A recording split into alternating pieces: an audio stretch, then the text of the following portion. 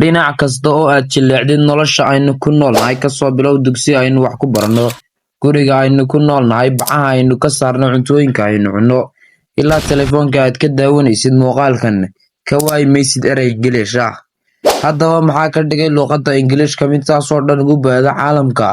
Se maxay tahay sirta ka dambaysa ee uu ku noqday kan saamaynta intaas leeg leh? Muuqaalkeennan ayaan ku soo qaadan doonaa sir kasta oo sababtay inuu heerka intaas leeg gaadho Ingiliishku. Si aynu u ogaanno sirtan, ugu horreyn waxaa muhiim ah inaan dib u daalacno raadadka taariikhda. Waa dhammaadkii qarnigii 16aad iyo bilowga qarnigii 17aad.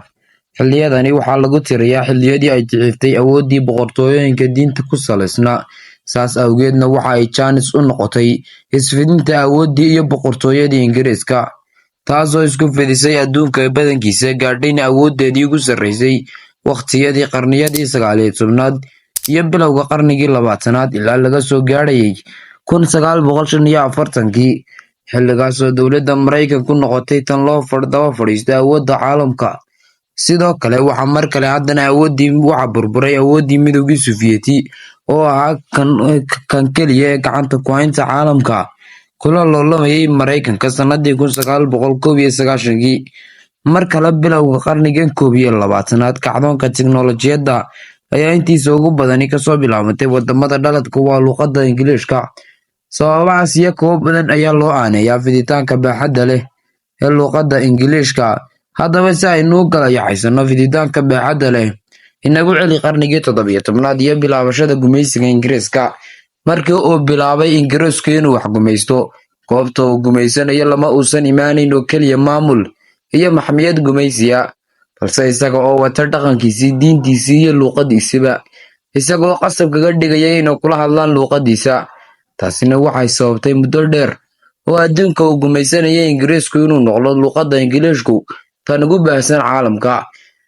Waana sababta ugu weyn ee lagu tilmaamo inay ka dhigtay tan saamaynta intaas leeg leh. Muddo kadib, kolkii uu noqday Maraykanku baawarka adduunka, waxa ay jaanis kala siisay oo awooddeedii u ilaalisay luqadda Ingiliishka.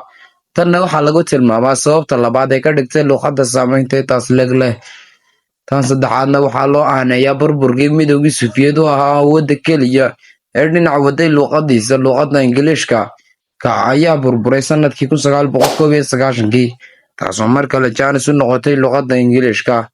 Sababta afraad oo ah tan ugu weyn ee sababtay in luqadda Ingiliishku ku noqoto tan ugu baahsan caalamka ayaa ah soo bixitaankii applicationska internetka aynu naqaano sida Facebook iyo YouTube, oo ah kuwa oo ka dhigay caalamka tuulo yar oo noqday faafiyayaasha Ingiliishka. Kuwanina waa aabbaha ugu weyn ee loo aaneeyo fiditaanka luqadda Ingiliishka. Bal adiguna aragtidaada nagula wadaag qaybta hoose ee kommentiga. Haddii aad weli nagu soo biirin oo nagu cusub tahayna, nagu soo biir oo ka mid noqo bahdeena.